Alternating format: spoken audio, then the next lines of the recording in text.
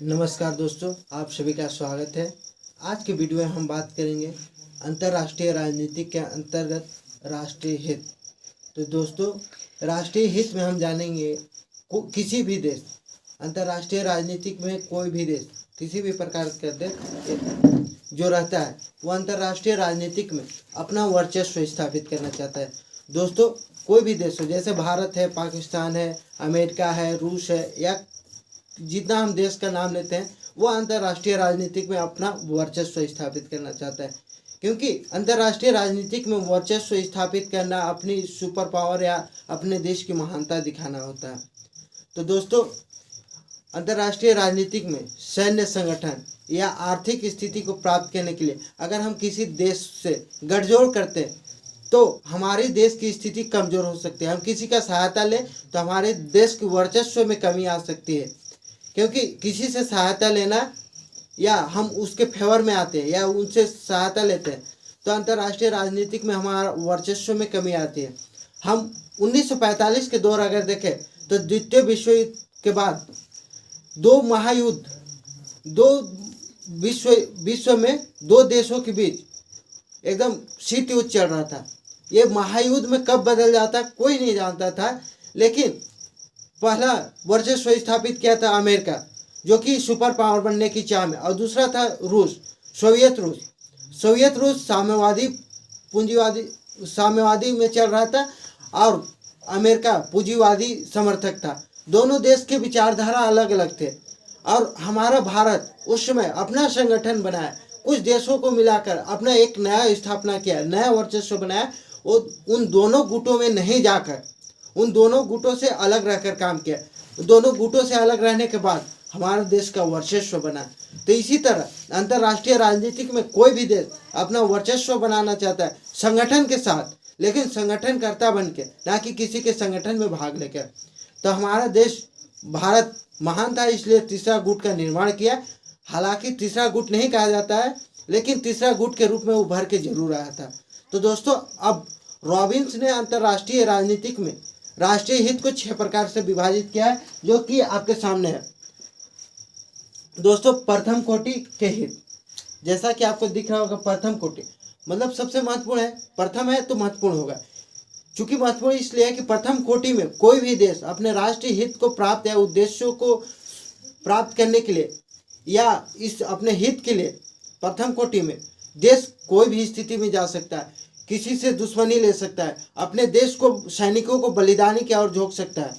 ऐसा क्यों होता है? क्योंकि प्रथम कोटि में देश की सुरक्षा की महत्व आती है। जैसे भारत में अगर भारत से कश्मीर मांगा जाए, पाकिस्तान हमेशा मांगते हैं, भारत क्यों नहीं छोड़ता है?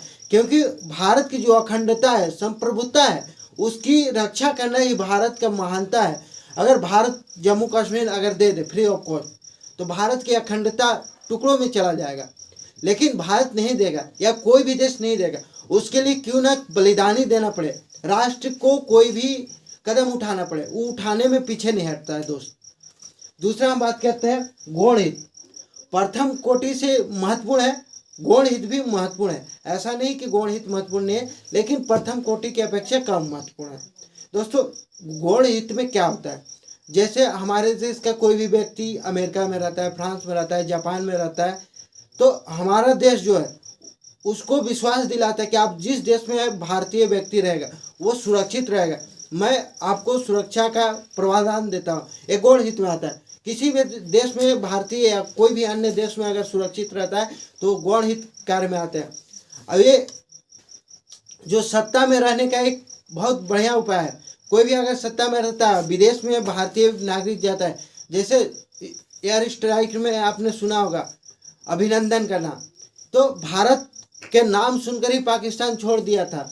अभी वर्तमान में रूस युद्ध लड़ रहा है यूक्रेन से, तो यूक्रेन में हमारे भारतीय स्टूडेंट थे, वो सिर्फ भारतीय झंडा दिखाकर भारत वापस आए, एक खरोच भी नहीं आया।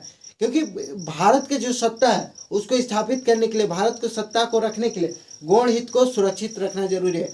भारत के या अन्य देश में राजदूत, एम्बेसडर रखते हैं गौण हित को रखने के लिए। स्थायी हित, दोस्तों स्थायी हित में आता है कोई भी देश को प्रभुत्व संपन्न जो है अखंडता को सुरक्षित रखना है, उसको स्थायी रूप से रखना है, उसमें परिवर्तन नहीं करना। जैसे ग्रेट ब्रिटेन एक समय का बहुत बड़ा शासक था, सभी देश को उपनिवेशक बना के रखा था, लेकिन आज के दौर पे एक ग्रेट ब्रिटेन एक छोटा सा देश है, अगर वो अपना स्थायी संप्रभुत्व बना के रखा है, अपना संतुलन कायम रखा है, भले ही आप अब उसके देश के फेवर में उपनिवेशक नहीं है, लेकिन अंतर्राष्ट्रीय राजनीति में उसका भी महत्वपूर्ण वर्चस्व है। दोस्तों अब देखेंगे परिवर्तनशील हित। परिवर्तनशील हित होते हैं जो समय के अनुसार व्यक्ति की आवश्यकता, आर्थिक व्यापारिक स्थितियों के अनुसार परिवर्तन किया जाता है। सिंपल सी फंडा है, अगर व्यापारिक स्थिति किसी देश के से अगर हमारा संबंध खराब हो रहा है तो उसको परिवर्तन कर सकते हैं, यह हमारा परिवर्तनशील है। सामान्य हित में हम देखेंगे व्यापार को किस प्रकार चलाना है, किस देश से हम व्यापारिक स्थिति कैसे रख सकते हैं, किस देश से हम सुरक्षित कैसे रह सकते हैं, सुरक्षा भावना अलग अलग प्रकार के हैं। तो अब देखेंगे विशिष्ट हित में कोई भी देश अपनी संप्रभुता को स्थायी रूप से बनाए रखना, अपनी संप्रभुता को नहीं खोना, ये विशिष्ट हित के अंतर्गत आता है। थैंक यू दोस्तों, मिलते हैं नेक्स्ट वीडियो में, लेकिन हम नेक्स्ट वीडियो में देखेंगे इसके बारे में आलोचना और देखेंगे राष्ट्रीय हित की उत्पत्ति कैसे हुई, कब हुई, इसके बारे में फुल डिटेल आपको मैं बताऊंगा। अगर वीडियो अच्छा लगे तो कमेंट करें ताकि मैं आगे वीडियो इसी तरह बनाते रहूँ। थैंक यू दोस्तों सो मच।